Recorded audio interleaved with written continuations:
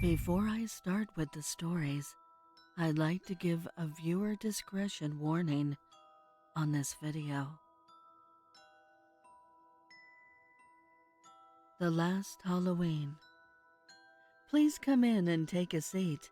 My name is Charles Damien, and I've been the CEO of Haxon Industries for the past 10 years.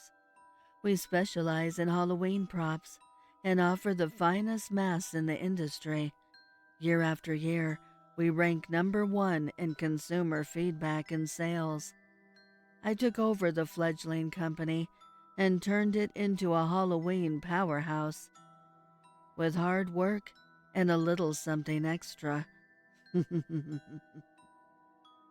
You see, simple blood, sweat, and tears wasn't enough to raise this company from the ground.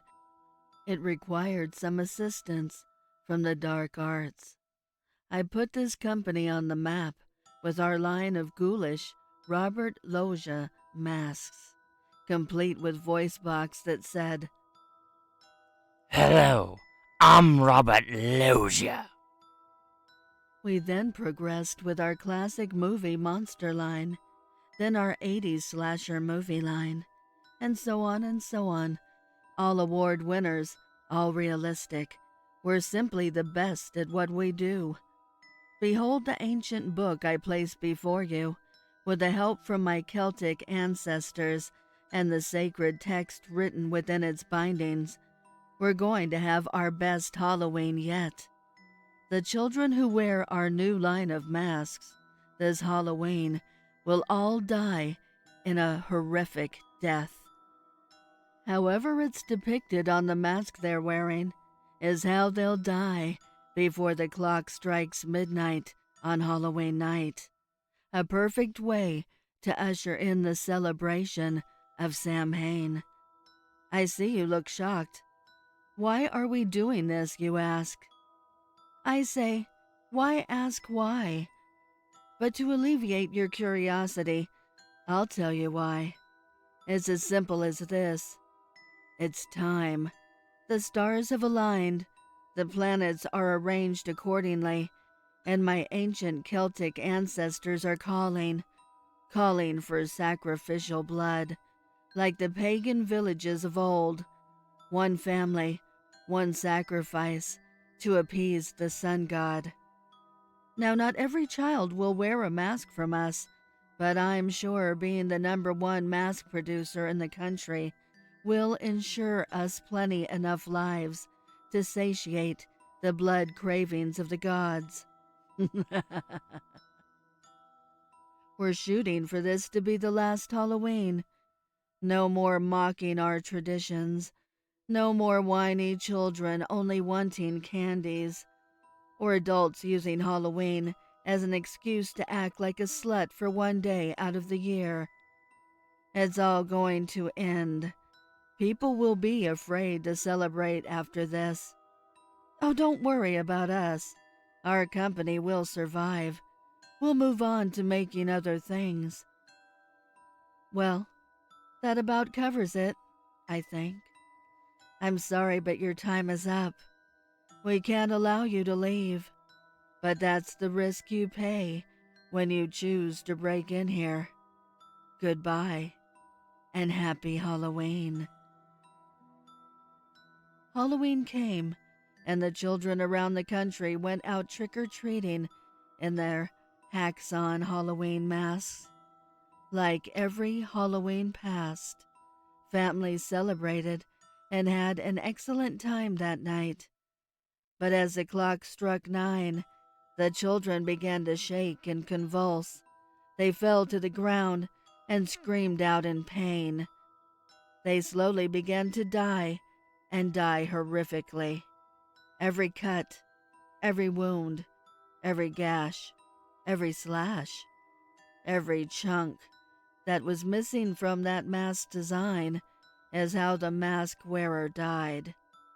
Not every child died, but a significant amount did. The sacrifice was in abundance, and it was brutal. Parents and the authorities tried to find why, but were left never knowing. The world was never the same. Halloween was never the same.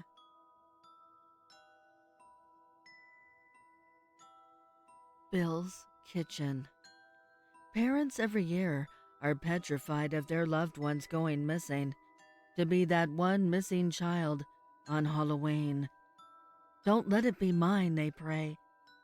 Decorations line my pathway from street to front door. Jack-o'-lanterns, skeletons peek behind plastic gravestones, goblin figures strewn across the lawn, a speaker playing the faint sound of a wolf howling, and terrible winds blowing, beckoning every child in the neighborhood. This is the house to visit on Halloween. And you know what? It is. I have a giant bowl full of sugary sweets on my porch, a welcoming smile for all who knock, and polite conversation for the parents who escort the little ones door to door, ensuring in this day and age the night stays as innocent as intended. But some parents don't go door to door with their little ones. Some think safety in numbers and send them with their friends off into the night. Trick or treat! The children gleefully chime in unison as I open the door, casting my eyes to the end of my driveway. No parents in sight. Wow, those are some scary costumes, I theatrically exclaim, hands in the air to a round of laughter from the younger children in the group. So who do we have here? I can see a zombie Darth Vader, a cowboy. You two must be those sisters from that Disney film Freezing. More laughter from the children. You must be a werewolf. Very scary. And you must be... Forgive me, but who are you meant to be, young man? Kneeling before the children, looking puzzled. Ah, yes. You are the Count himself. I'm so sorry, Mr. Dracula. With a smile, I raised to my feet again. I was going to say trick, to make you earn these sweets. But as you all look so fantastic, would you like to choose from my private selection of sweets and collectibles? Only the best costumes in the area get to choose, and this year I think all of you make the grade. What do you say? Want to see? I take a step back, beckoning them in. Excitedly they follow. They always do. Leading them through the well-lit hallway, we come to the end. A simple, unassuming red door with a Bill's Kitchen sign above it and a long metal bar across the middle instead of a handle. Just through there, kiddies. I need to close the front door. Go ahead. The light switches to the left. As they enter, I turn back to them and close the red door. Opening the slat in the door, I peer in at the children as they begin to look bewildered. The younger ones start to cry. Bill, dinner's here. Kids, you might not want to pet Bill. He's not too friendly. Out of the shadows, Bill appears, a hulking mass of a dog. Parents every year are petrified of their loved ones going missing. To be that one missing child on Halloween. Now, 6 sets of parents can share in that ordeal together.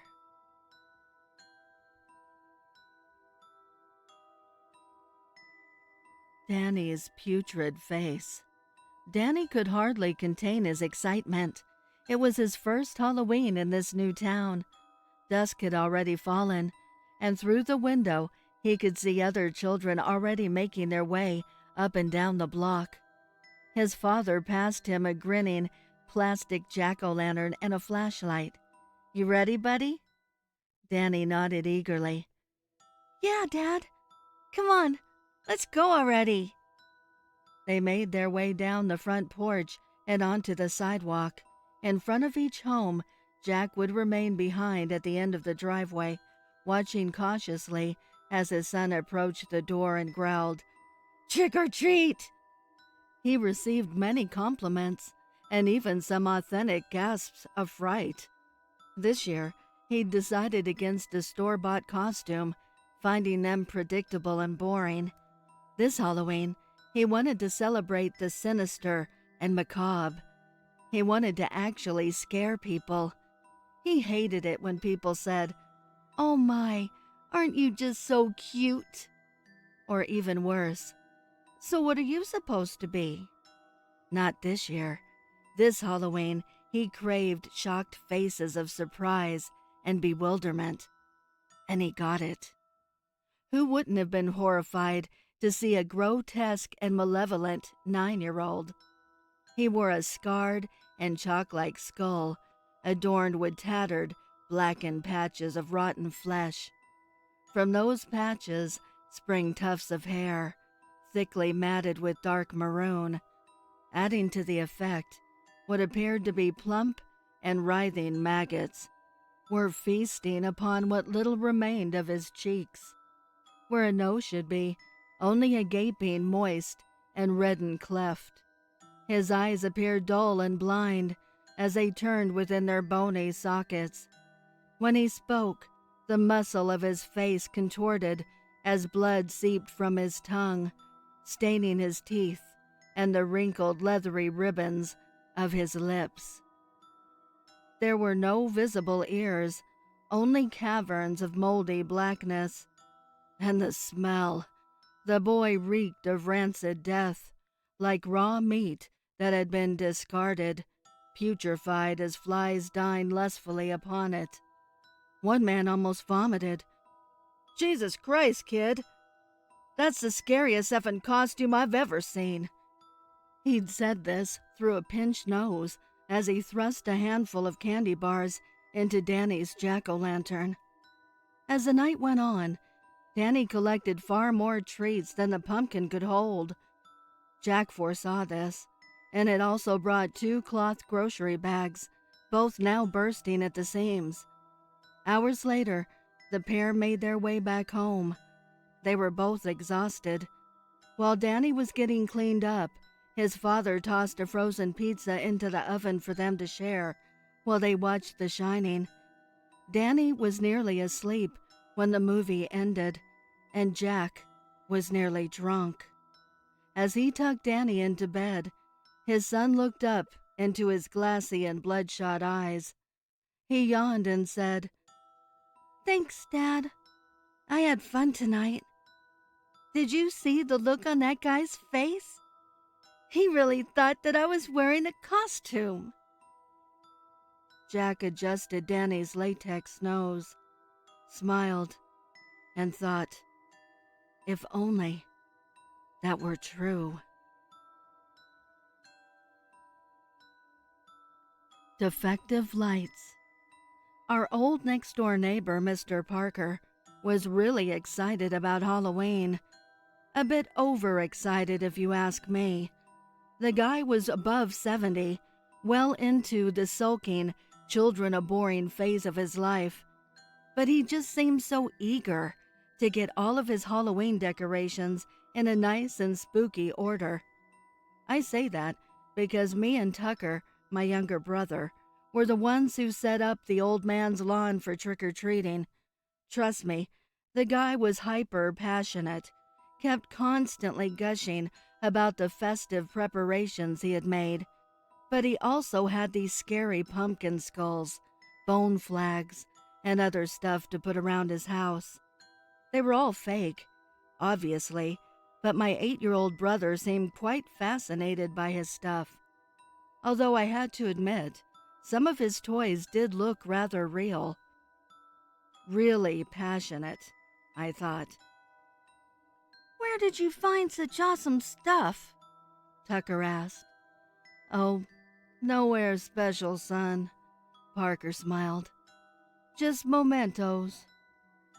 He even invited me and Tucker inside his house when I took him trick-or-treating and gave us a fortune's worth of candy. Even the slightly elder 12 to 13-year-olds who came after we left, he'd asked them to come over for candy too. I found it somewhat odd. Truthfully, if me and Tucker hadn't been inside his home ourselves, I would have guessed he was up to something. His property looked cool, with orange skulls, flags, and everything. Really showed the whole haunted house theme. But there was one blemish. Some of the purple, hanging bat light bulbs on his house were defective. They just kept flickering randomly. On, off, on, off. I briefly considered telling Parker about the faulty lights, but I didn't want to upset his upbeat mood, so I passed. But as the night deepened, it became difficult to ignore. It was past midnight. Most other houses had already had enough of the spooky spirit. All except Parker, whose bright neon light bulbs kept fluctuating across my window. It made my head throb. Maybe I would have let it slide otherwise, but I had to study for the communication techniques exam I had the next day. And with the lights continuously going off and on, it was impossible. I had finally given up and was heading to my bed. Frustrated, I peered outside at Parker's flickering lights. So irritating how they kept trembling rhythmically, almost like a pattern. On, on, on, on, on. On, off, on, on. Wait. On, off, on. A terrible realization hit me. What if the lights, what if it was a pattern? A message pattern that spelled something serious, like H-E-L-P.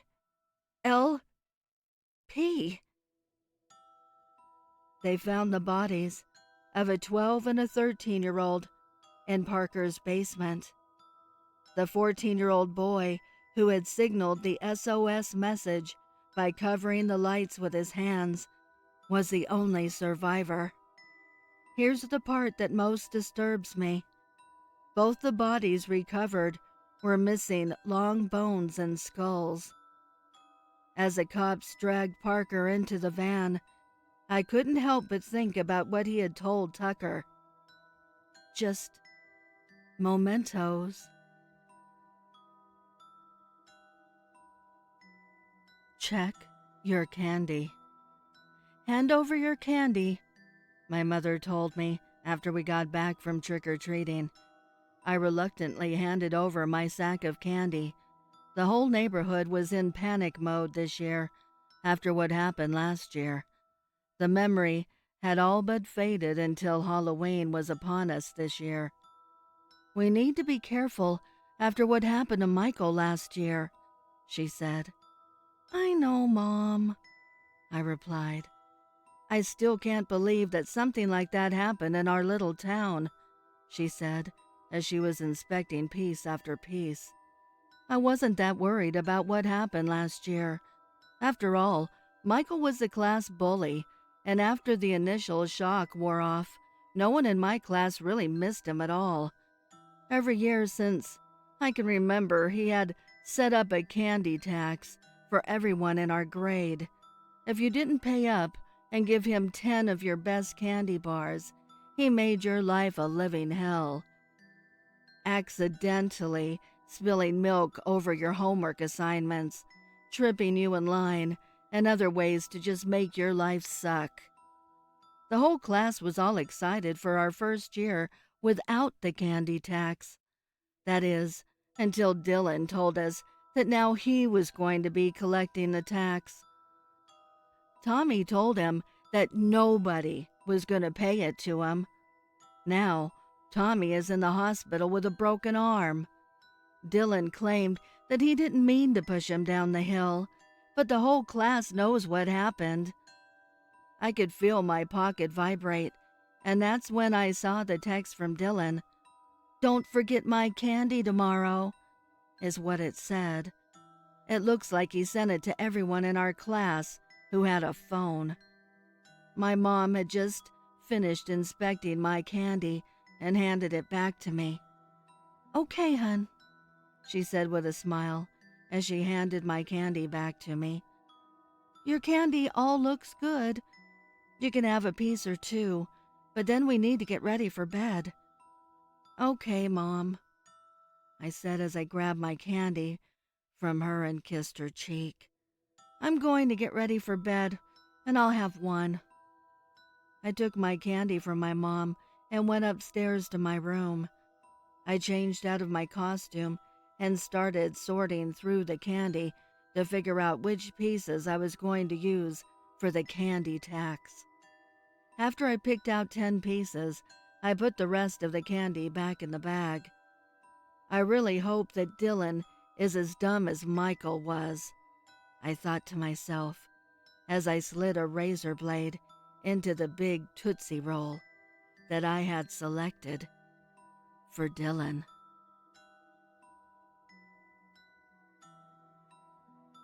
Rum Balls. "What are these?" Maggie Reeds jiggled her little purple gremlin bucket and watched the loose, lumpy balls of chocolate roll around her wrapped candy. Old Lady Hardinger leered down at the small girl in her crayon box costume, practically drooling at the thought of one of her famous root spice rum balls exploding between the teeth of an unsuspecting child. "You don't know?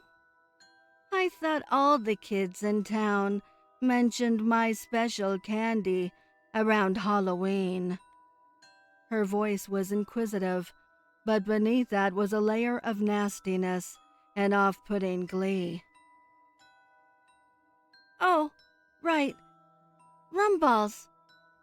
"Yes," Hardinger squeaked out in delight, a rapture of maddening joy sparkling out of every pore. Maggie felt uneasy and knew that she should leave this woman and her strange candy now. "Well, thank you." She forced a smile, one that was barely half the size of the old woman's. Hardinger only stared for a second more before abruptly slamming the door in the child's face.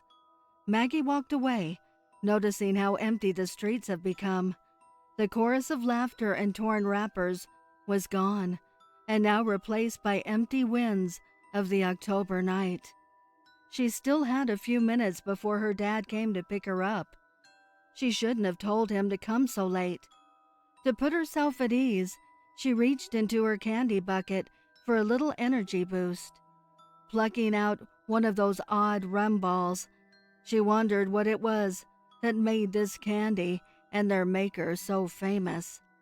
Maggie Reeds decided she must find out.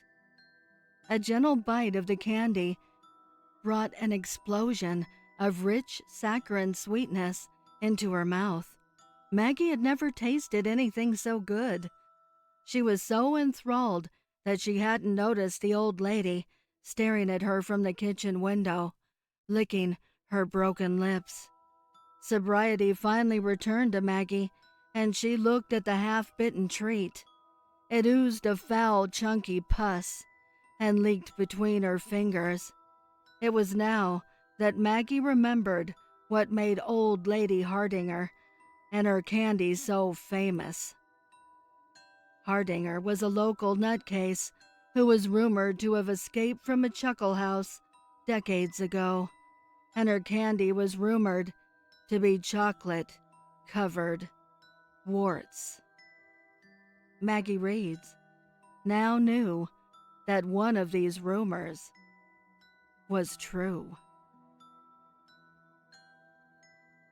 The same kid has been trick-or-treating me for the last 10 years. Halloween is right around the corner, and it's the time of year I dread more than any other. more than the anniversary of my father's death, or when I have to elbow people out of the way for TVs on Black Friday. And it all started a decade ago. I was 25 back then, and the first time I felt too old to go out knocking on my neighbors' doors asking for sweets. I had not long moved out of my parents' house and had found a quiet little house share with 3 other guys. They had all gone to get pissed while I stayed in doing work that was long overdue. Halloween that year was a typical cheesy 80s movie affair. The wind was howling like a starved wolf, and the rain lashed harder than a sadistic master. The whole gimmick bored me rigid, so when the first group of children turned up begging for charity, I promptly shut the door in their faces. Their costumes were profoundly homemade, with a bargain supermarket vibe to all of them. Lack of imagination. It was around 10:30 p.m. that I first saw the kid. He couldn't have been any older than 8. He was with 3 other children, decked head to toe in flowing black robes, with an assortment of grim reaper masks. This one lad, however, had gone all out, or more likely his parents had, to terrify. He wore rags so tattered and torn that they could hardly be called clothes. He was barefoot, with his feet scabbed and ripped and covered in congealed blood. His skin had been discolored to give it a putrefied appearance. There was, however, no odor to him. As I fixated upon the boy, I began to realize that none of his companions seemed to notice he was there, nor the spine-chilling gash that ran across his neck, or how his eyes bulged with a permanent sense of horror. While I was clearing away the other kids, this one boy just stood and stared right at me. He made no movement other than to offer a festering right hand to me, presumably for sweets. I finally snapped out of my delirium and slammed the door in his face. That was 10 years ago, and I still remember every rivulet of water running down his face. How he didn't seem to register the burning cold against his ruined skin. How he gave no response when I told him, "Get the F off my garden." That night, I didn't answer the door to any more disturbers because I sensed that the kid would still be out there. When I went to bed that night, I checked quickly out my bedroom window, which overhung the front door. To see him standing at the end of my garden, staring into my face, arms still extended. I had woke the following morning to find my property, thankfully, childless, and I began to put him down to being more of a symptom of my tiring day at work, and slowly my brain deleted him from its cachet. That was until the following October 31st. Fewer trick-or-treaters that year, just a handful of people barely even trying to spook. Some even asking for money. It was becoming increasingly clear that Halloween was falling by the wayside in the neighborhood. I myself was content to settle myself in my living room. My housemates had all moved out and left me over the last 12 months, with bourbon and a few softcore movies, and fall into a deep sleep, which I was rudely awoken from at 10:30 on the dot. That's not to say that something woke me, but I was definitely jerked out of a potentially nice slumber. I was hit by that fairly common chill that some people get when someone walks over your grave. Every inch of my skin pulsed and stood on end, like a gazelle sensing a predator. Dozily, I wandered into the kitchen to grab a glass of water. While I was refreshing myself over the sink, I made the awful decision to look up, and saw a sight which haunts me to this day. The boy from the year before. His face was pressed against my window, completely expressionless, with those wild, bulging eyes locked on me. unfocused. I jumped back, hitting the unit on the other side of the kitchen, giving me a searing pain on the back of my head. All the while, the boy continued to stand there, looking right into my kitchen. He made no movement to try and break the window. In fact, he showed no signs of wanting to hurt me at all. His hand was still outstretched, and the makeup he wore on last year's Halloween still etched his face, though more tatty than then, as though it had decomposed slightly. I slinked up to bed, and the next day, as before, he was gone. I was beginning to think a prank was being played on me. Now, this has happened every Halloween since that day in 2007. This boy has turned up, either on his own or with a group that doesn't know he's there, and just stares at me. I watched him until 2 a.m. a few years ago, while he stood at the bottom of the back garden, staring up into my bedroom. I thought about calling the police once or twice, but he showed no signs of aggression, so I don't know how much help they would be. What worries me is how he has not aged once over the last decade. Anyway, with Halloween so close, I just wanted to get this out there. I suspect he will be back again this year, and for once, I'm going to be tough and speak to him. I'm 35 after all, and he's just an orphan in Harry Potter's hand-me-downs. Happy holidays, everyone. Avoid that house. As a kid, I was always told to avoid that one house trick-or-treating. No matter if the house had lights on or not, my parents always said to avoid it. The house was old and creepy, but I never understood why I wasn't allowed to go near it when other kids went, and it was totally fine. The house was in a nearby neighborhood, but wasn't on any of our normal routes, so I would never notice it until Halloween, when I was hitting up every house in the radius my little legs would get me to. Every year my curiosity grew more and more. Why couldn't I go to that one house? What was so bad in there? All I was doing was getting candy. One Halloween, I was so close to running up to the doors when my parents were having a serious conversation. I was right behind the Spider-Man costume on the driveway, about to beeline for the door, when my parents noticed and yelled my name. "Axel, come back here." They were so mad. They scolded me and threatened to take away all my candy and stop trick-or-treating. I started to cry, so they felt bad and said I could keep going if I listened to them. "You can't go near that house. Bad people live there." "But other kids are allowed. Why can't I?" "It doesn't matter. Other kids aren't you. You're our child, so you have to listen to us."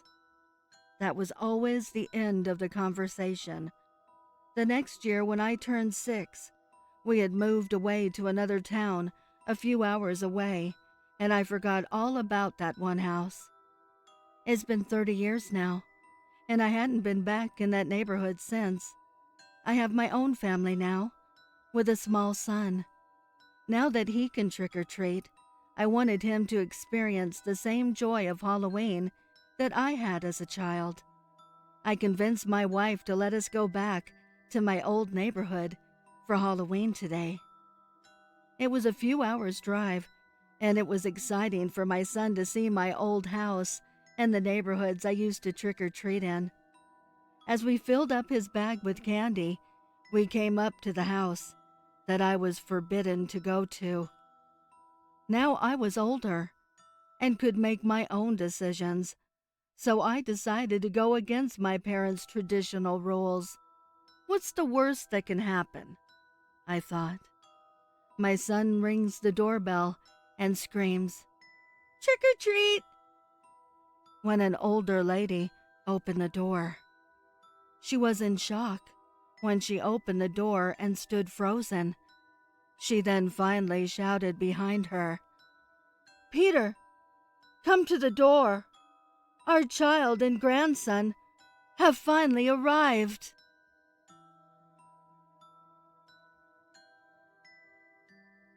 I would like to give a heartfelt thank you to the special friends of the channel for your overwhelming generosity. If you would like to support the channel, the link is below in the description. Also, please send me your stories and poems to duchessofdarkness27@gmail.com.